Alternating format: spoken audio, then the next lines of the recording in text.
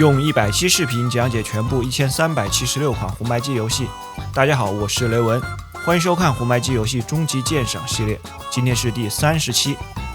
按照时间轴，今天要讲1987年12月的游戏。又到了年底的圣诞大战，每次这个档期发布游戏的数量都很多。本来我还担心会有滥竽充数的内容，不过看了之后发现还是有些佳作。毕竟越往后竞争越激烈，不像早期随便发个游戏就能赚钱。87年12月一共有34部作品，上期已经讲了4款，剩下的我会分成2期，内容比较多，下面就不多废话，直接开始。神龙卷轴复活的魔龙，科乐美发布的一款动作角色扮演游戏，只有日版卡带。在一个魔法时代，存在着2个派系，崇拜魔龙的黑魔法和崇拜金龙的白魔法，两派冲突不断。神为了停止争斗，让2条龙沉睡并封印了8本魔法书，将它们藏在神圣的沙漠塔中。数百年后，魔法书被3个小偷偶然发现并拿走，魔龙也苏醒过来。正义的金龙化身为名为费拉姆的人类，他要找到8本魔法书，并让魔龙再次沉睡。游戏以俯视角进行，基础的玩法和系统类似初代的塞尔达，在一个广阔的世界里自由探索。主角的攻击方式是发射魔法能量，当需要和某些人物对话的时候，得先将他们击败，然后发生对话。这个设定很像之前介绍过的一款垃圾游戏《福尔摩斯伯爵令员诱拐事件》，这也是游戏里获得信息的唯一方法。有时还得攻击岩石，实际它是被施加了魔法的人类。通过选择键查看状态页面，装备和道具都在这里。另外还有个简略的地图，上面的点表示几个小偷的位置，他们看到了主角就会逃跑，需要抓住他们取回魔法书。除了小偷身上的书，其他几本也都在不同的地方。拿齐了8本魔法书后，找到最终的 BOSS 魔龙，这时主角会化身为金龙，变成一个飞行射击的形式。这种俯视角的动作类之前科乐美已经做了很多了，可以说驾轻就熟，音乐和画面还是高水准，特别是音乐评价很高。另一方面，本作还有很多探索和解谜的内容，这部分做的比较差，和很多这种缺陷一样，解谜缺少提示，而且很难想到，比如要在2个石像之间站一段时间才会出现宝箱，按顺序多死击打石像等等。场景中很多角色提供的信息是无用的，还有些虚假信息，无从区分，缺少攻略就难以推进。我现在很怀疑当年这种解谜的通病问题是为了额外的再出一本攻略书赚钱。广阔的区域很多地方都是无用的，因此很大部分的探索都是浪费时间。另外回复血量的手段很有限，整个游戏过程得小心谨慎。总体上来说，这部作品在当时科乐美的这类游戏中属于水平较低的，个人评价2星半。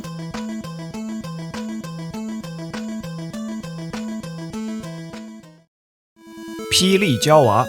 由 JVC 剑舞胜利娱乐发行的一款动作角色扮演游戏，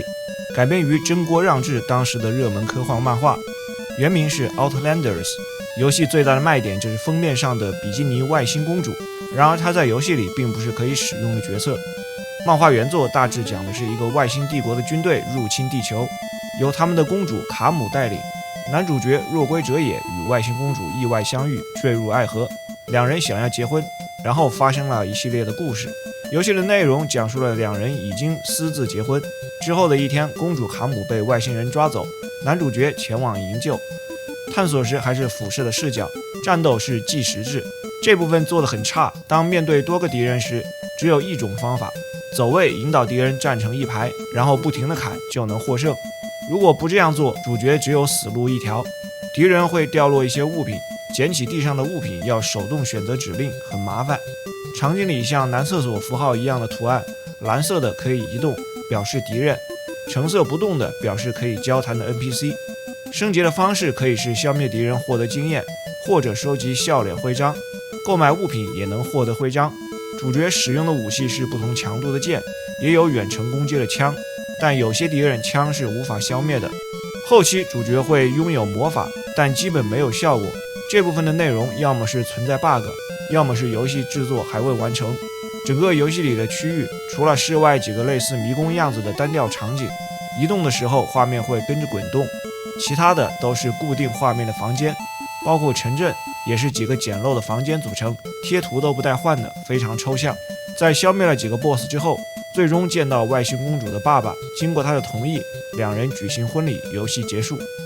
除了上面说的这些，游戏里还存在大量的 bug， 很多场景切换和人物的对话还会出现加载卡顿，这时音乐也会跟着鬼畜。我推测这属于一款为了圣诞档期赶工的一个半成品，即便它是成品，质量也很一般。虽然游戏可以正常通关，按我之前的标准最低要给1星半，但整个的内容实在太过混乱，全程没有什么好的体验，个人评价1颗星。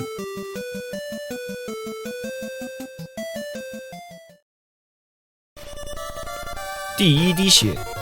根据史泰龙的著名同名电影改编的横版游戏，开发方 Pack In Video 从1985年开始开发游戏，之前都是基于电脑端开发。他们的首款作品是 MSX 平台的第一滴血，本作也是他们在红白机上的第一款游戏，发行了日版和美版，美版的发行方是 Acclaim。这部作品的故事来自于电影的第2部，兰博前往越南营救被关押的俘虏，中途被美军指挥官穆多克背叛，兰博被苏联人抓获，但他凭借一己之力逃脱并展开反击。游戏的玩法类似《塞尔达传说2：林克的冒险》，情节基本上遵循了电影。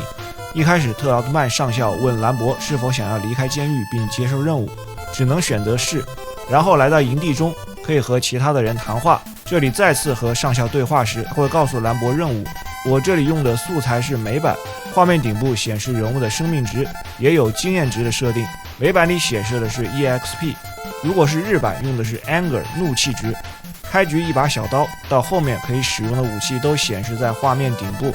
当经验值满足要求，小刀会升级，攻击威力上升。流程并不只是单纯的横版过关，还需要和人物对话，按照故事情节发展。先找到越南妹子的联络员，然后到特定的地点救出俘虏。很多的区域如果一直朝一个方向走，场景会循环。有一些标记 N 和 S 的位置，可以用方向键上切换场景，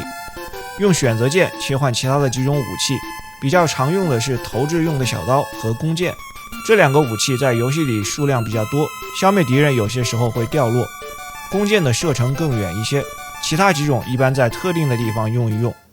Pack In Video 这家公司在这之前基本都是开发这类电影授权的游戏，作品的素质普遍不高。这部作品从各个方面看都没有太多的亮点，要说情节有多少解谜内容也谈不上。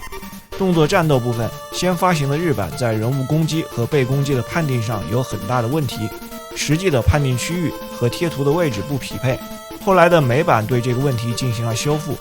不过总体上也就是一般的水平。不同主题区域的横版场景设计比较平淡，少数的敌人行动有些特点，个人评价2星半。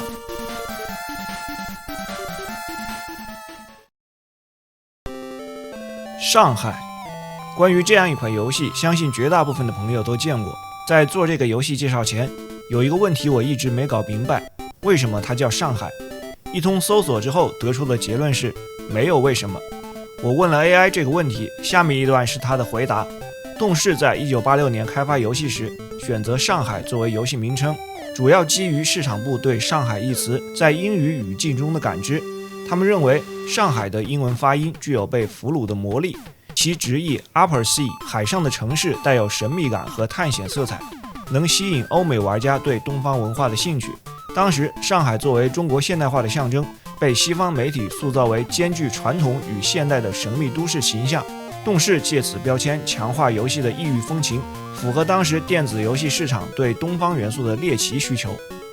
再说回到游戏本身，正如上面提到的，最早是动视1986年开发的游戏，发布在几个电脑端口，后来几乎所有的平台都有移植版。红白机上的这个版本由 Sunsoft 开发和发行，后来还出了2代和3代。规则很简单，从一堆牌中选择2张相同的牌，就可以将这2张牌移除。但如果左侧和右侧都有相邻的牌，或者顶部有牌遮挡，则无法选择。把牌全部移走，游戏完成。如果剩余的牌按照规则无法消除，就会因僵局而结束。红白机的这个版本并不好，麻将是堆成几层的，这里没有表现出立体的堆叠效果，仅仅用了不同的颜色表示在哪一层，下方显示颜色对应的层数，另外，画面下方的几个指令可以进行各种设置。最左边的是设置排列方式，不同的排列难度有高有低。New Game 选择游戏模式，有时间限制或者快速的挑战模式。帮助指令可以给提示、重试或反悔。最后一项能选4首不同的音乐。像这种多平台的桌面休闲游戏，游戏性倒是没什么问题，不过真要想尝试的话，选择很多。红白机的这个版本玩起来比较别扭，个人评价2颗星。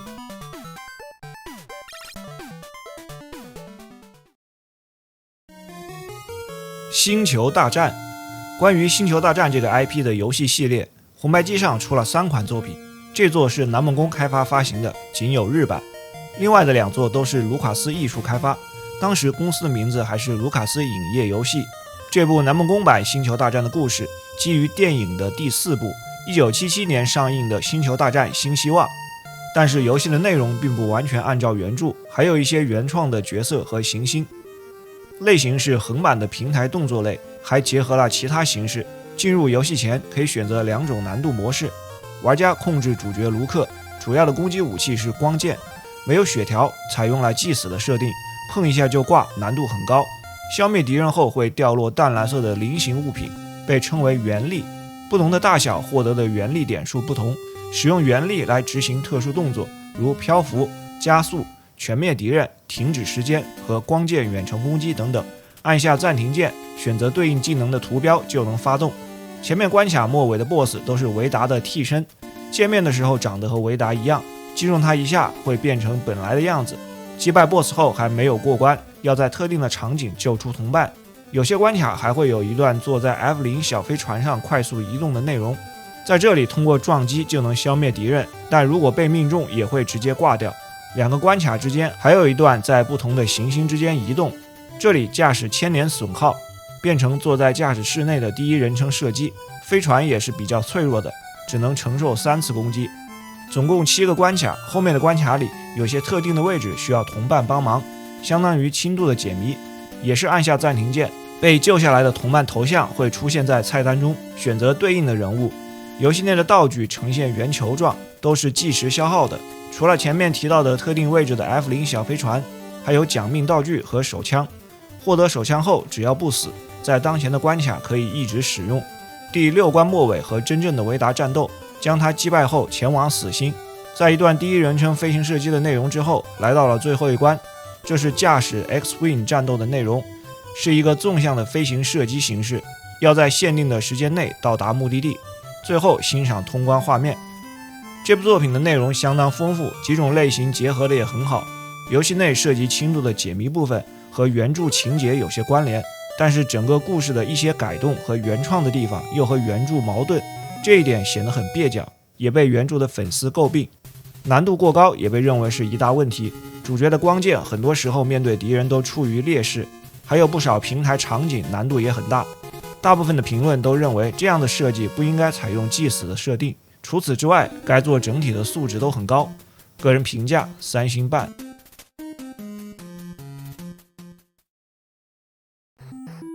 JJ 大作战，史克威尔发行的一部作品，它是1987年3月份发售的立体大作战的续作。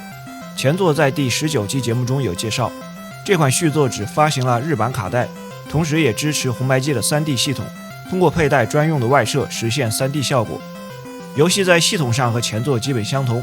连下方的界面布局也一样，但所有的图形和角色形象全部替换，不再是之前可爱的风格造型，音乐也不同，并且更换了故事设定。这里的设定是主角人物 JJ 从一个银河系的监狱星球中逃脱，玩法还是在时间消耗完之前穿过每个关卡，在不断滚动的屏幕上 JJ 不停地奔跑。这里和前作有一个小的差异，之前上下方向键是可以调整速度的，本作当中速度变成了恒定，也可以进行有限的水平移动，跳跃躲避峡谷和敌人，撞击场景里的柱子出现各种道具，道具的贴图做了更换，但效果和前作一样，导弹攻击敌人，鞋子踩踏将敌人杀死，无敌道具的图案变成了白色形状的人形防护服，彩色的人形图案表示奖命，手表增加时间，眼球相当于前作的毒蘑菇，是有害物品，右下方的 tank 相当于前作的奖励星星，收集后过关结算分数，一个像火箭背包的图案，类似之前的气球，拿到后通向奖励场景，在这里收集更多的分数。这座还是8个世界，末尾 BOSS 战采用了飞行射击的形式。相比上一代作品，这部的画面表现要更加出色，特别是在远景的细节上， BGM 和游玩的节奏也更加适配。不能调整速度，让游戏的难度增加了，但是相应可以获得的奖励道具更多，整体上算是在原来的大框架内微调。个人评价3颗星。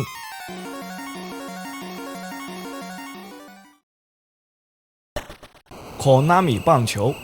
科乐美发布在磁碟机上的作品，属于 Exciting Sports 的体育系列，这也是科乐美第一款棒球游戏。红白机上之前已经有了任天堂的棒球、南梦宫的家庭棒球和杰里可的燃烧吧职业棒球，和前面的这几个比起来，这一座要差上很多。很难想象在已经有了很好的模板的情况下，还会出现这样的一款游戏。说它是最烂棒球游戏之一也不为过，但在当时可能也没有人能想到，到了今天，当年的这些游戏公司里，只剩下科乐美还在做棒球游戏。这部作品和后来的实况棒球系列没有什么关系，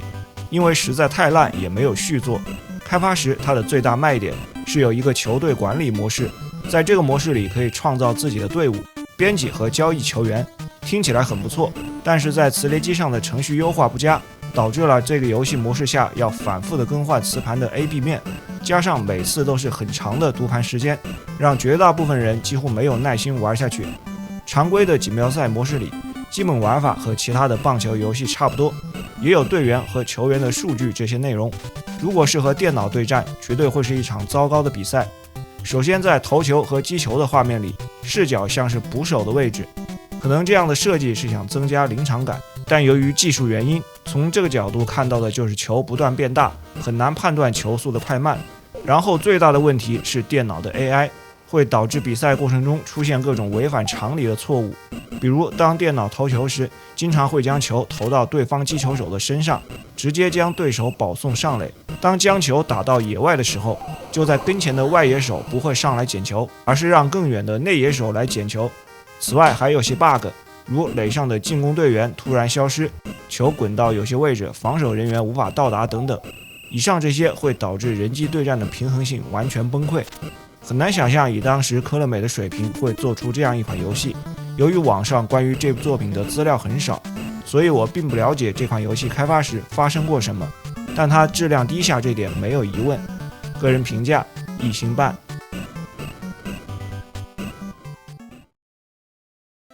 高尔夫俱乐部由 Data East 开发和发行，只有日版卡带。高尔夫的游戏之前已经介绍过不少了，此前任天堂就已经出了3款，还讲过一款万代的漫改作品《高尔夫园》。开始前选择游戏的模式，双人游戏里有一个比赛模式，规则是给定的球洞，杆数低的一方获胜。比杆数模式就是看谁的总杆数少。巡回赛模式是标准的18洞比赛，每洞有标准杆。进入比赛后始终是一个俯视角的画面，也可以选择球杆。相比之前的高尔夫游戏，这里的球杆影响要小很多。调整方向时有一个虚线的引导，按下 A 键力量条滚动，再次按下挥杆，用选择键查看球场的全貌。但打了几洞之后就会发现，球场的设计都是一个竖直的类型，上面简单摆放些不同的特征地形，因此它不像真实的球场设计，而是做的练习简化版。而且不同的地形如沙地、草地等对击球的影响也不大，并不像真实的情况。球到了果岭后也不是之前游戏那样有特写，视角依然不变，直到将球打进，接着到新的一洞。唯一能感觉较大影响的因素是风向和坡度。总的来说，这是一款在各个方面的程序设计上都简化了的高尔夫，并没有追求真实的模拟，玩起来不需要太多的技巧，只需要找准方向和合适的力度挥杆就好。这样的设计游戏性会削弱很多，而且更是和之前的同类作品没法比。个人评价2颗星。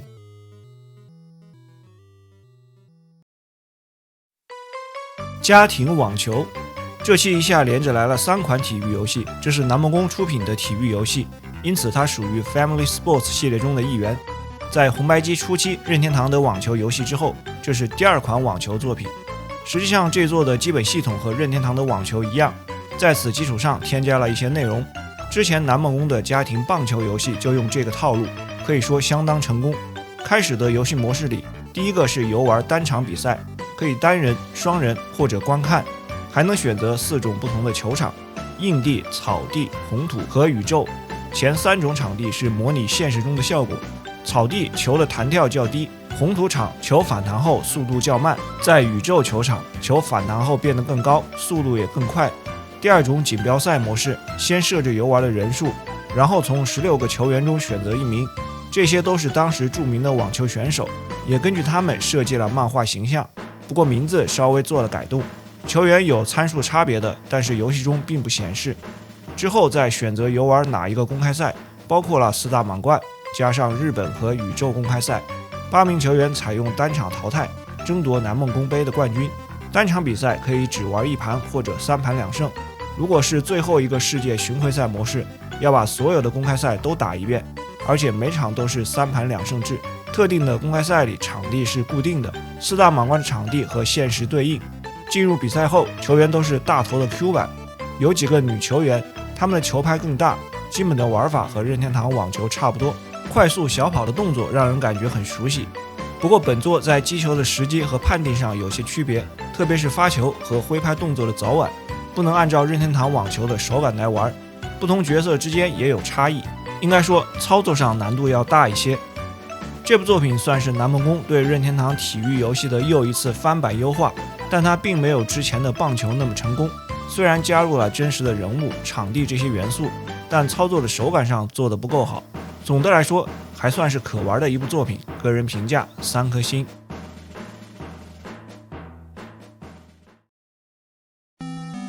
山村美沙悬疑系列，京都龙之寺杀人事件。这是泰东发行的一款侦探冒险游戏。山村美沙是日本著名的推理小说作家，被誉为日本的克里斯蒂。他笔下女侦探居多，其中最著名的是凯瑟琳系列。凯瑟琳是一名住在京都的美国记者，她的父亲是美国的副总统，业余爱好就是推理解谜。本作的故事也是山村美沙编写的。红白机上一共发布了3款这个侦探系列的作品，本作是第1部。在游戏中，主角不是凯瑟琳，但她会作为助手。这里有一个类似套娃的故事设定，玩家扮演的主角是一名游戏设计师，他正在京都参加新游戏软件的制作演示和签名会。游戏软件的名字就叫京都龙之寺谋杀案，而实际在京都的龙之寺就真的发生了谋杀事件，这里也是签名会的举办地。主角成了第一个发现现场的人，因为他开发的新游戏的场景与谋杀现场的情况非常相似，他也被认为是最大的嫌疑人。然后他和凯瑟琳在现场偶然相遇，在他的帮助下解开了案件之谜，找到真正的凶手，洗清了自己的嫌疑。游戏是标准的文字冒险形式，稍有特点的是菜单指令以一横排图标的形式显示，不过选择图标后，如果进入子菜单，还是会在画面右侧显示文字指令。如果要对话，就选择耳朵的图案。另一个特别的是手形状的图案，这是使用照相机拍照，照片还可以作为证据出示。人物形象的呈现上大量使用了面部特写，图形尺寸也比较大。还有日期的时间概念，当调查进展到一定程度时，返回主角的房间，并总结收集到的信息后，日期会改变。如果来到咖啡厅，可以选择凯瑟琳图标，他会给予一些建议。这部作品因为是专业的推理作家贡献的剧本，故事情节自然没得说，但游戏的系统做得比较差，选择指令的顺序一定要按照设定好的来，有时得大量的操作一些不必要的选项，才能选中想要的指令。另外，游戏里还有几个严重的 bug 和错误，好几种情况会导致直接死机。音乐还是不错的，不同环境下都能合适的烘托气氛。人物的特写图形比较有特点，个人评价2星半。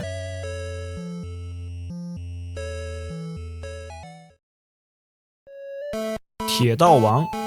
由 DB Soft 发行的一款桌面类游戏，这也是红白机上首款该类型的游戏。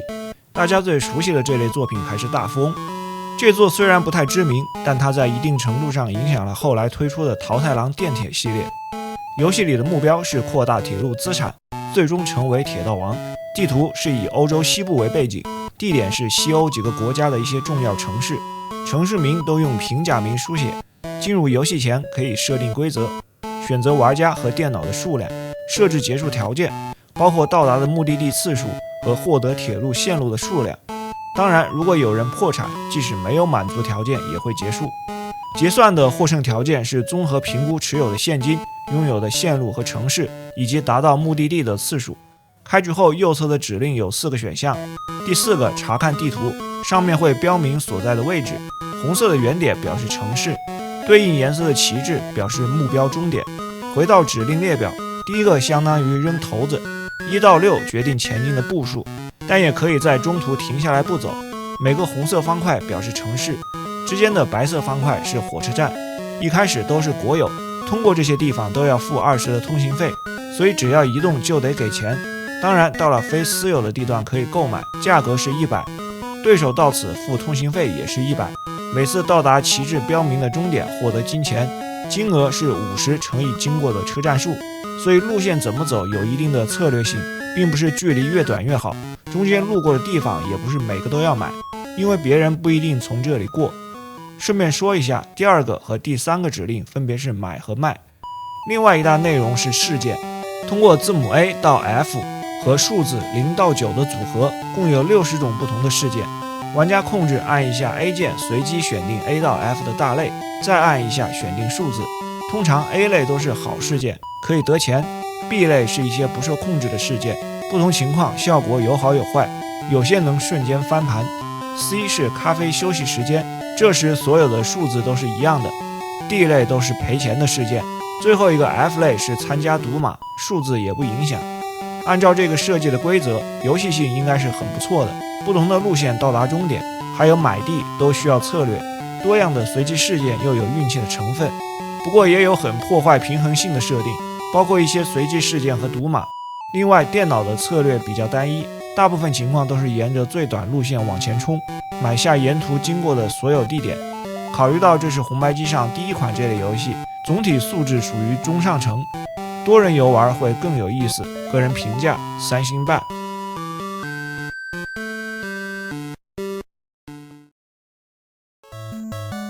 极乐游戏，索菲尔发行在磁碟机上的一部作品，之前介绍过这家公司的可可纳世界，看名字就知道这是一款高大上的游戏，内容是一个聚会类的小游戏合集，更准确的说是聚会类的互动小工具。开始后在一个电视机的界面选择，共有8个。冰果村，控制一只猫用锤子反复击打鸡的脑袋让它下蛋，然后一条蛇将带数字的蛋捡走，聚会的玩家利用它来猜数字。轮盘赌森林，用分数下注颜色或数字，每局最多30分，然后坐在矿车里的动物和人物开始像轮盘一样旋转。扔骰子，选择骰子的数量，然后将它扔出去，相当于一个骰子的工具。油门机实际上就是一台老虎机，可以在5条不同的线上单独进行下注。21点，2到5名玩家游戏，其中有1个人充当庄家，其他的人下注。梭哈扑克同样是2到5名玩家，每人有5张面朝上的牌，每个玩家选择想要上交和发回的牌，最后统计结果。神经症，我不太确定这样的直译名是否准确，我们这里的本地说法叫做心慌慌，也是2到5名玩家，扑克牌背面朝上，每次翻开2张，直到出现对子牌，然后移除。更快的速度，2人游玩，自己面前同时摆放4张牌，将它们移动到中间的2张牌上，要求是比中间的牌大1或者小1，看谁先消耗完自己的手牌。把这类传统的聚会游乐项目做成电子化的形式，在当年看来应该是很时髦的，但在网络如此发达的今天，用电子游戏玩这类聚会类型早已不新鲜了，反而是真正的面对面聚在一起成了少有的新鲜事。个人评价2颗星。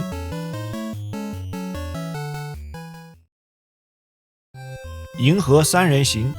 这是一个电脑端的移植作品，原版是1985年艾尼克斯发行的角色扮演游戏《地球战士丽莎》，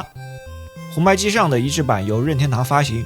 据说是因为当年艾尼克斯对分包方的移植质量不满意，觉得自己发行会有损品牌的形象，而任天堂愿意接手，于是换了个名字来到红白机上，并在故事设定、角色形象、游戏系统等方面都做了修改。公元2300年，人类建立了地球联邦政府，并永远地放弃了战争。但从外太空飞来的神秘文明加尔姆入侵太阳系，加尔姆因战争失去了自己的母星，穿越了2.6亿光年来到地球。地球联邦政府在木星与加尔姆大战中失败，失去了所有的力量，并损失了33亿人，仅依靠大气层的屏障勉强支撑，被占领只是时间的问题。主角和布鲁是人类最后的希望。开始游戏后，人形 AI 米奥会经常出现在下方。既然标题是3人行，第一个任务就是到月球上救下失去记忆的女主角李米。在太空中移动时，打开大地图，这里会显示行星、空间站和一些敌方舰队。选择目的地后，使用空间跳跃。跳跃是一个复杂的过程，每次跳跃多远有范围的限制，到后面可以通过助推器扩大范围。空间跳跃过程也有可能遇到敌人。战斗时，主角和布鲁的攻击方式主要是无限子弹的光束和有限数量的导弹，到后面不同的武器也是这2种类型。女主角李米拥有超能力，她并不直接参与战斗，但需要大量依赖她不同的超能力技能，包括各种攻击、辅助和回复等等。使用时都得消耗 ESP 点数，消灭敌人获得经验值和铀就相当于金钱。当到达行星表面后，会变成横版的迷宫场景。主角和布鲁2人驾驶机甲，可以和沿路的人物进行对话，找到一些物品。太空里的空间站用于回复和购买更强的装备，按照探索不同的星球、升级和强化，最后打倒敌方舰队的流程推进。敌人会随着玩家的成长而变得更加强大，到达一定等级时，就必须消灭敌方的战舰，推进故事，才能继续升级成长。这是一部很有特点的 RPG 游戏，还有很多系统上的细节设计，因为篇幅的原因不能逐一说明。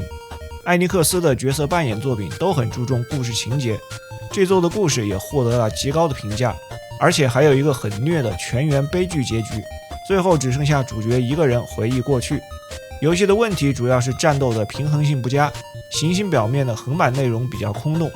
本作当时的销量大概是20万份，由于它的发售时间撞上了《梦幻之星》和《最终幻想》，也和后来的《勇者斗恶龙3》挨得比较近，因此没有得到太多的关注。但各方面的评价里，它都是一部佳作，个人评价3星半。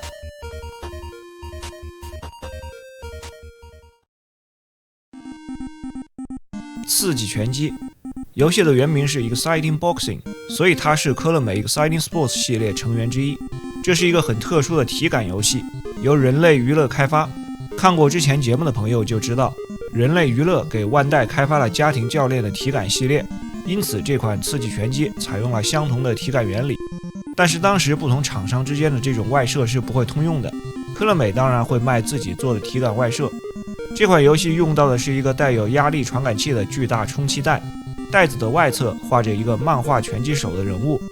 所以游玩的方式就是一边看着电视屏幕上的图像，一边朝充气带出拳。为了防止它倒掉，这个充气带下方设计了一个底座，击打它时就像打一个不倒翁的玩偶。游戏主要有2种模式，人物有属性值，属性可以在训练的模式中提高，根据教练的指示击打相应的部位。在比赛模式中，从轻量级开始一直打到重量级，比赛之后人物的属性值会下降，可以回去训练，之后再接着打。像这种拳击游戏采用体感的形式，以当时的技术能够做的事情很有限，该做是没有什么深度和技巧可言的。比赛过程中对手出拳是无法躲闪和防守的，你所能做的就是结合电视画面人物的情况不停地出拳，视线要兼顾电视画面和眼前的充气带，这也是唯一的限制，所以本质上把它当成一个健身的拳击沙袋就好了。个人评价2颗星。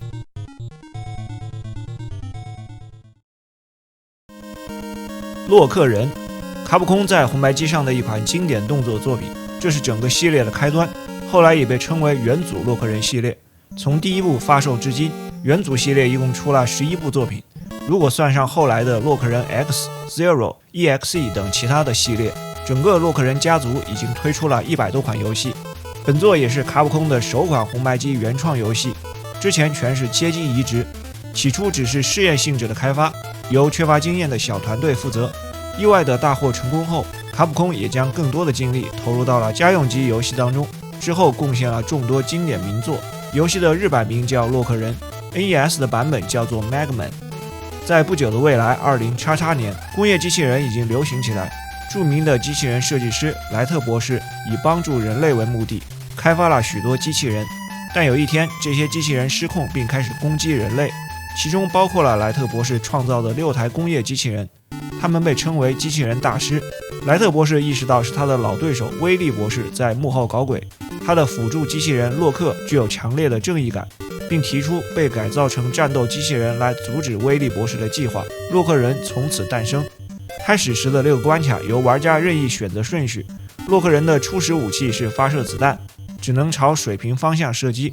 游戏最大的特色是击败关卡末尾的 BOSS 后，能获得该 BOSS 的能力，使用时按暂停键进行切换。洛克人的外形颜色发生变化，这些能力在不同的关卡里能起到特殊的作用，使用得当的话有助于通关。而且 BOSS 之间这些能力有相互克制的关系，虽然用白弹也能过关，但使用克制能力对付 BOSS 更加事半功倍。除了6个 BOSS 的特殊能力，初代游戏中还有一个磁力光束，在特定的地点获得，作用是用它搭建临时的平台，跳到一些常规无法到达的地方。全6关完成后会出现威利博士的后4个关卡，这部分的内容难度要大很多，除了要把之前的 BOSS 都再打一遍，也有新的 BOSS， 包括洛克人自己的复制品会使用相同的各项技能，还有号称该系列最难 BOSS 的，也是最臭名昭著的黄魔鬼。最后打败威利博士，他会跪地求饶，游戏通关。初代的洛克人在开发时有诸多的困难和限制，这导致了他的素质相比该系列后面的作品要差一些。设计团队也表示，在他们的眼里，这是一部未完成的作品。特殊能力的 BOSS 只有6个，少于后来作品的常规设计，而且 BOSS 互相之间克制关系的平衡性不够好，游戏很硬核，难度设计的过高，有些地方的内容明显是故意为难玩家。黄魔鬼虽然在后续的作品中也有出现，但都调低了难度。另外的问题是一些 bug， 最著名的是发射子弹击中敌人后，反复按暂停键可以获得多次伤害判定，这也成为了后来玩家对付黄魔鬼的重要手段。但总体上，该作还是体现了卡普空深厚的动作游戏底蕴，精巧的关卡设计，不同而且鲜明的主题内容。洛克人形象的灵感来自手冢治虫的铁臂阿童木，杂兵和 BOSS 的形象以及动作模式也都各有特点，让人印象很深。音乐也相当优秀，个人评价4颗星。